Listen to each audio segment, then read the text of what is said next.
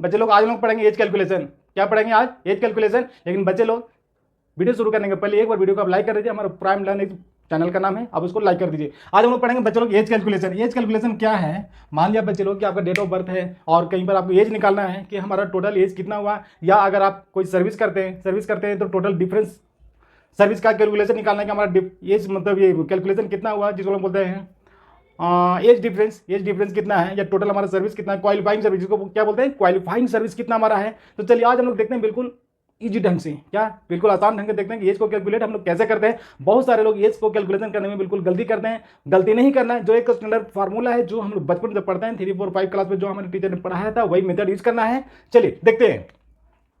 मान लिया बच्चे लोग देख लिया, मान लिया कि डेट ऑफ ज्वाइनिंग किसी भी संस्था में, किसी भी डिपार्टमेंट में, मान लिया किसी का डेट ऑफ ज्वाइनिंग जो दिया हुआ है 16 मार्च 2012 दिया हुआ है। कितना दिया हुआ है? 16 मार्च 2012 दिया हुआ है। और वो व्यक्ति डेट ऑफ रिटायरमेंट कब हो गया? 12 मार्च 2024 हो गया। 12 मार्च 2024 क्या हो गया? वो बच्चे लोग रिटायर कर गया। क्या हो गया? रिटायर कर गया। तो आप बताइए कि इसका टोटल क्वालिफाइंग सर्विस कितना? टोटल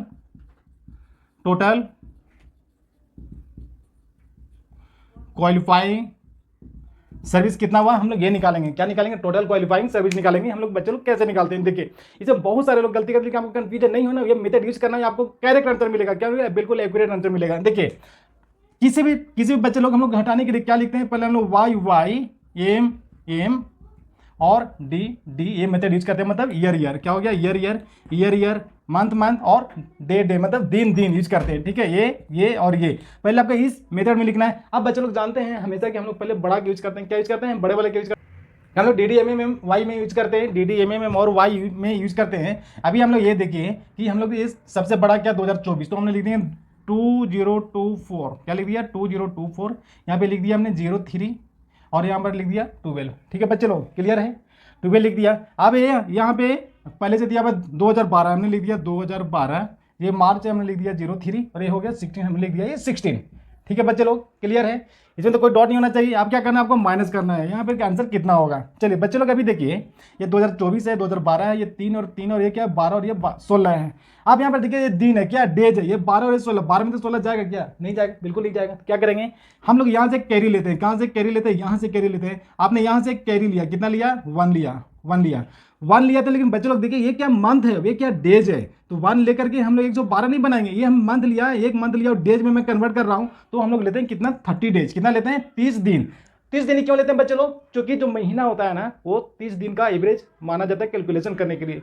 कहीं 31 दिन का भी होता है, कभी 28 भी होता है, क्या 29 भी होता है, लेकिन हम लोग जो लेते हैं कैलकुलेशन के लिए वो हमेशा 30 डेज ही लेते हैं। अगर ऐसा हुआ तो फरवरी में लोगों का वेतन 28 दिन का ही मिलेगा और जून में भी 30 दिन का मिलेगा, जुलाई में 31 दिन का मिलेगा। ऐसा नहीं होता है, हमेशा 30 दिन का कैलकुलेट किया जाता है। बच्चे लोग यहाँ पे याद रखो। चलिए 30 दिन का हमने जब लिया ये, तो ये हो गया 30 दिन और 12 दिन कितना हो गया? 42 दिन। कितना हो गया? 42। कितना हो गया?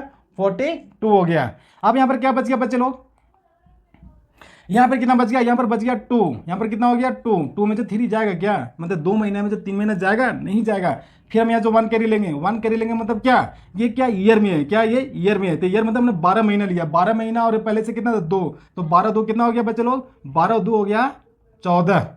कितना हो गया? 14। तो यहाँ हो गया 14। कितना हो गया? 14। अब यहाँ पर क्या बच गया? एक यहाँ से 1 साल चला गया ना, तो हो गया 2023। यहाँ पर क्या बच गया? 2023। ठीक है, और यहाँ पर कितना था? 16 लिख दिया, यहाँ पर 3 लिख दिया और ये लिख दिया 2000, हमने यहाँ पर लिख दिया 2012। ठीक है, ये क्या था? DD था, ये क्या था? MM था, और ये क्या था? YY। ठीक है बच्चों लोग, क्या करना है? माइनस। आप आसानी से माइनस कर सकते हैं, घटा सकते हैं। इसी का कोरस्पोंडिंग ये दिया हुआ है ना, इसी का कोरस्पोंडिंग ये है। ठीक है, यहाँ पर हमने कैरी लेकर ये लिख दिया। अब 42 में से 16 जाएगा तो कितना बचेगा बच्चे लोग? 42 में से 16 जाएगा तो कितना बचेगा? तो देखिए यहाँ से 12 में से 6 जाएगा तो यहाँ पर हो जाएगा 6, और यहाँ पर हो जाएगा 3 में से 1 जाएगा तो क्या बचेगा? 2। कितना बच गया? 2। 26 डेज हुआ। अब यहाँ पर कितना हो गया? 14, यहाँ से 3 तो कितना बच जाएगा? यहाँ पर 11। क्या बच जाएगा? 11। अब यहाँ पर 23 और यहाँ से 12 तो कितना बच जाएगा बच्चे लोग? यहाँ ये हो गया 23 में से 2 जाएगा, यहाँ पर बचेगा 1 और यहाँ पर हो जाएगा 0। 2 में से 1 जाएगा 1, ये 0 में से 0 और ये 0, मतलब कितना होगा? 11 साल 11 महीना 26 दिन। 11 साल 11 महीना 26 दिन, यानी total qualifying service equal to 11 years 11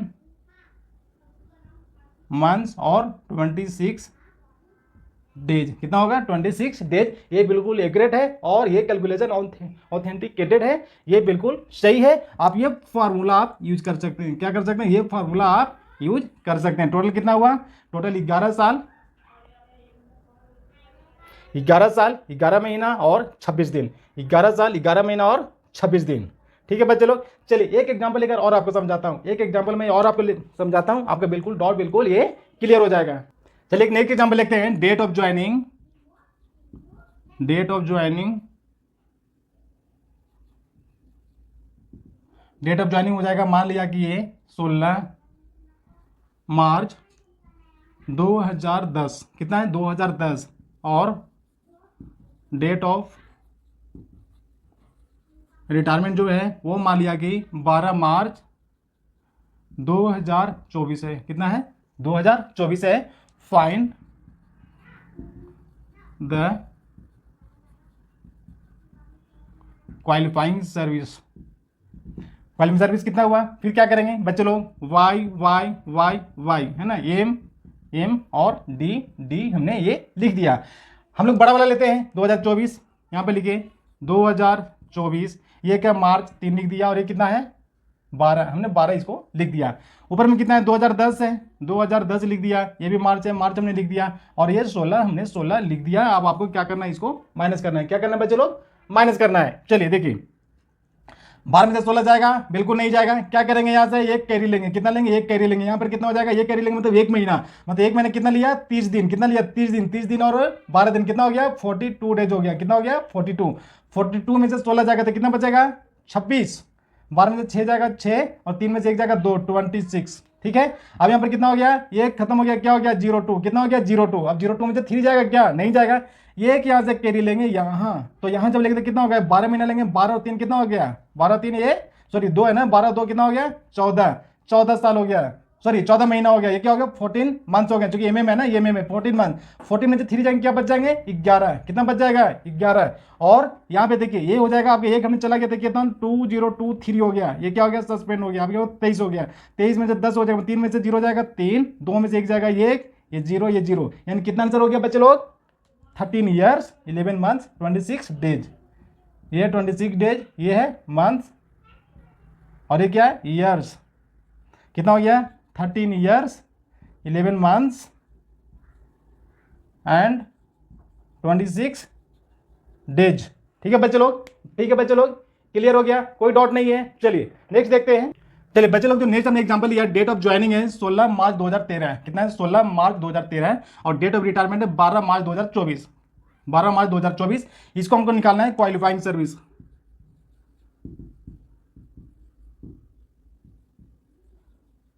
qualifying service निकालना है। क्वालिफाइंग सर्विस, क्वालिफाइंग सर्विस का मतलब होता है कि इन्होंने इस पीरियड में, ये पीरियड में इन्होंने टोटल सर्विस कितना किया है।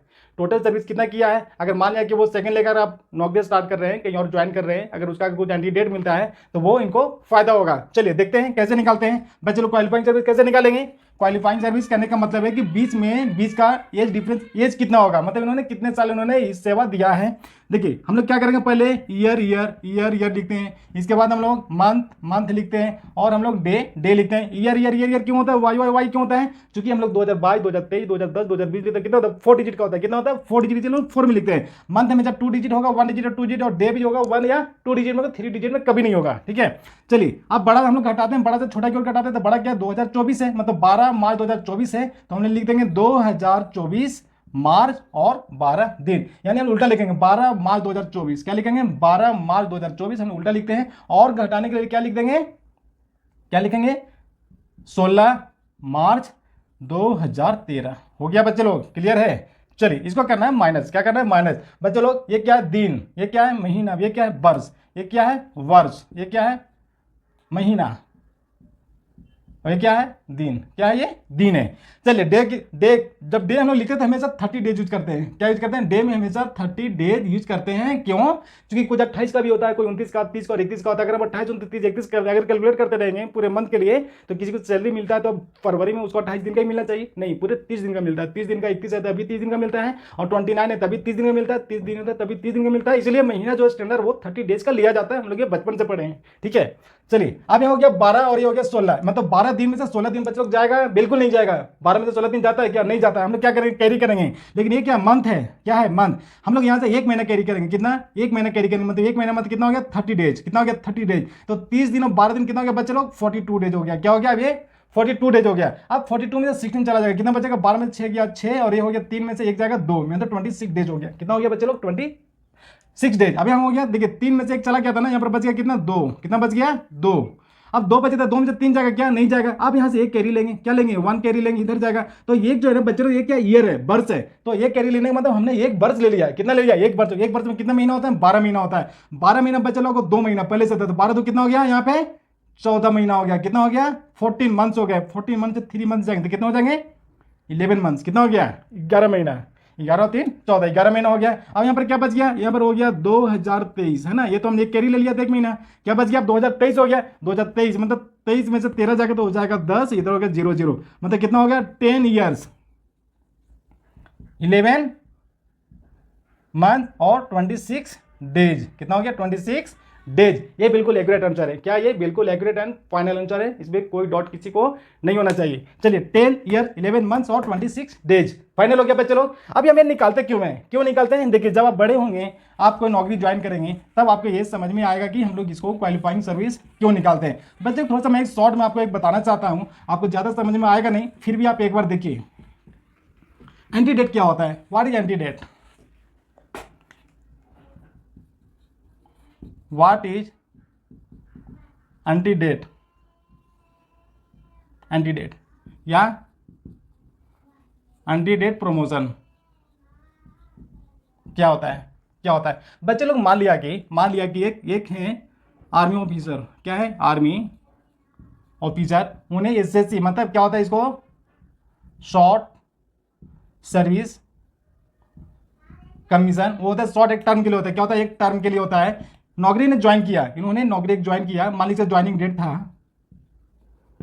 डेट था वो था आपका 16 मार्च 2013 था। कितना था? 16 मार्च 2013। इन्होंने जो है 10 साल नौकरी करने के बाद, कितना? शॉर्ट सर्विस कमीशन जो होता है बच्चे लोगों को 10 साल के लिए होता है। 10 साल नौकरी करने के बाद इन्होंने रिलीज हो गए। क्या हो गए? रिलीज, मतलब रिटायर। तो डेट ऑफ रिटायरमेंट रिलीज कब हो गया? रिलीज डेट क्या हो गया? मान लिया कि 12 मार्च 2024 को ये रिटायर हो गए। क्या हो गए? ये रिटायर हो गए। 12 मार्च 2024 को ये रिटायर हो गए। और मान लिया कि रिटायरमेंट के बाद मान लिया कि फिर से 16 मार्च 2024 को इन्होंने फिर से आर्मी ज्वाइन कर लिया। क्या कर दिया? 16 मार्च 2024 को फिर से आर्मी ज्वाइन कर लिया। इसका मतलब ये ज्वाइन किए पहली बार यहाँ, ये हो गए रिटायर कर गए, और ये इन्होंने फिर से ज्वाइन कर लिया 4 दिन बाद। कितना हो गया? 12 और 4 कितना हो गया? 16, मतलब 4 दिन बाद ये फिर से ज्वाइन कर लेते हैं। लेकिन अगर ये ज्वाइन करते हैं, देखिए एंटीडेट क्या होता है मैं बताता हूं।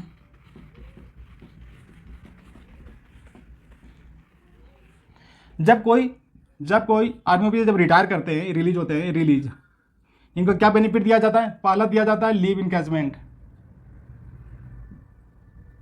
लीव इनकैशमेंट क्या होता है बच्चे लोग? मैक्सिमम कितना होता है? मैक्सिमम 300 डेज का दिया जाता है।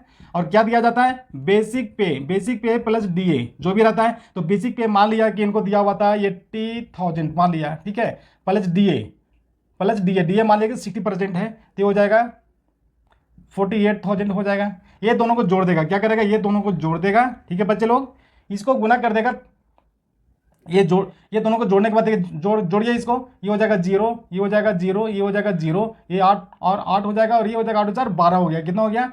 1,28,000 हो गया। अब ये कितना हो गया? 1 महीने का वेतन है। कितना? ये 30 डेज का वेतन है। अब बच्चे लोग मैं आपको बताना चाह रहा था, ये देखिए ये 30 दिन का वेतन हम मानते हैं इसको। ये कभी 31 दिन का होता है, कभी 28 दिन का हो सकता है, मतलब वो तो ऑफिसर कभी भी रिलीज हो सकते हैं। 30 डेज का वेतन ये। अब इसको हम क्या करेंगे? 30 से डिवाइड कर देंगे। क्या कर देंगे? 30 से डिवाइड कर देंगे। तो जो भी डिवाइड करेंगे 0 से 0, 3 जो 12, 3 दूना 6, 3 जगह 18, 3 जगह 18, ये जो आ जाएगा पॉइंट बच्चे लोग 4266। अब इसको हम लोग मैक्सिमम 300 से मल्टीप्लाई कर देंगे। जो भी आएगा ये आपका ये फाइनल लीव इनकैशमेंट होगा। ये बच्चे लोग जब ऑफिसर जब रिटायर कर देना है तो इनको लीव इनकैशमेंट दिया जाता है। क्या लीव इनकैशमेंट क्या होता है? तो जो छुट्टी इनका बचता है वो टोटल ऐड करके रिटायरमेंट के टाइम में, और जितना वेतन, मतलब एक दिन का जितना वेतन होता है और जितना लीव जमा है, दोनों को गुना करके जो अमाउंट हुआ वो दे दिया जाता है। ठीक है, तो ये मिल गया पहला बेनिफिट। ठीक है, लीव इनकैशमेंट क्या हो गया? पहला बेनिफिट हो गया। सेकेंड होता है फंड। क्या होता है सेकेंड? फंड जो भी इनका जमा होता है, एकोमुलेट, मतलब कि एकोमुलेट होता है फंड। प्लस इंटरेस्ट, ये दे दिया जाता है चूंकि इनका अपना पैसा होता है। ये हो गया पहला, ये हो गया सेकंड।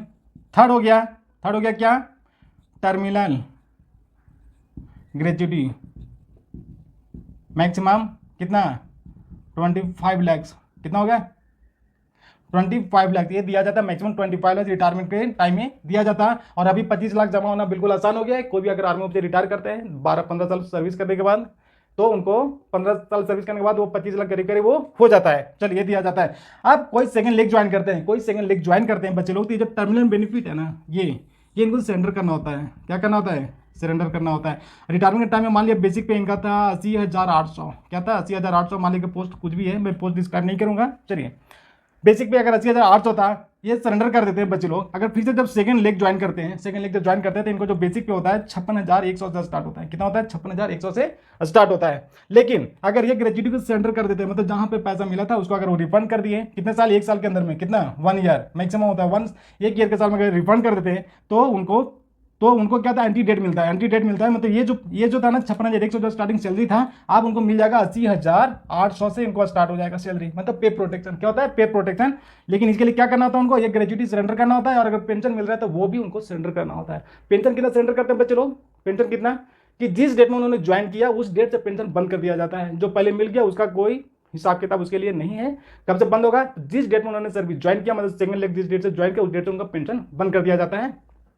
और एक ग्रेजुएटी रिफंड करने के बाद ये अमाउंट उनको फिक्सेशन हो जाता है। जो पोस्ट से जो भी डेजिग्नेशन से वो रिटायर करते हैं, same designation same basic pay start हो जाता है, subject to refunding of gratuity and pension अगर उनको मिल रहा है तो। अब इसके लिए बच्चे लोग, ये जो है ना, इसके लिए उनको क्वालिफाइंग सर्विस की जरूरत होती है। क्या होती है, क्वालिफाइंग सर्विस की जरूरत होती है। क्वालिफाइंग सर्विस जो हमने आपको अभी बताया, क्वालिफाइंग सर्विस को कितना हुआ, उसी अनुसार उनको पे प्रोटेक्शन होता है और उनको पोस्ट दिया जाता है, बाकी सब बेनिफिट उनको मिलता है। ठीक है बच्चों लोग, क्लियर हो गया। तो आप अपना एज निकालना सीख गए, टाइम ऑफ बेनिफिट क्या होता है, फंड क्या होता है, रिलीज डेट क्या होता है, एंटी डेट क्या होता है, ये आपको सब कुछ पता हो गया। चलिए, अगर आपको कोई डॉट लगता था कमेंट बॉक्स में लिखकर आप जरूर पूछ सकते हैं, बिल्कुल पूछ सकते हैं। और किसी इंडिविजुअल से कोई संबंध नहीं है। हमने एक एजुकेशनल चैनल बनाया लोगों को बताने के लिए, समझाने के लिए कैसे क्या करते हैं। किसी से अगर कोई मिलता है इसका मैं जिम्मेदार नहीं होगा। ये हो सके इत्तेफाक किसी से कोई टर्म मैच कर जाए, लेकिन उसके लिए हमारा चैनल कोई जिम्मेदार नहीं होगा। ठीक है, चलिए बच्चे लोग, तब तक के लिए आपको हम जय हिंद जय भारत, और हमारे वीडियो को एक बार जरूर लाइक कर दीजिए, चैनल को सब्सक्राइब कर दीजिए। हम लोग चलिए मिलते हैं नेक्स्ट वीडियो में, तब तक के हमारे वीडियो पे बने रहिए। जय हिंद जय भारत, हैप्पी होली। आज 3 मार्च 2026 है, और यहाँ पे आज होली नहीं मनाया जा रहा है। क्यों नहीं मनाया जा रहा है, क्योंकि आज चंद्रग्रहण लगा है, शाम के 6 बजे तक है। तो शाम के 6 बजे के बाद तो अब जो होली मनाया जाएगा वो 4 मार्च 2024 को मनाया जाएगा। इसमें कोई भी कन्फ्यूजन नहीं होना चाहिए। क्या होगा, ये 4 मार्च 2024 को होली मनाया जाए। तब तक के लिए जय हिंद जय भारत, नमस्कार।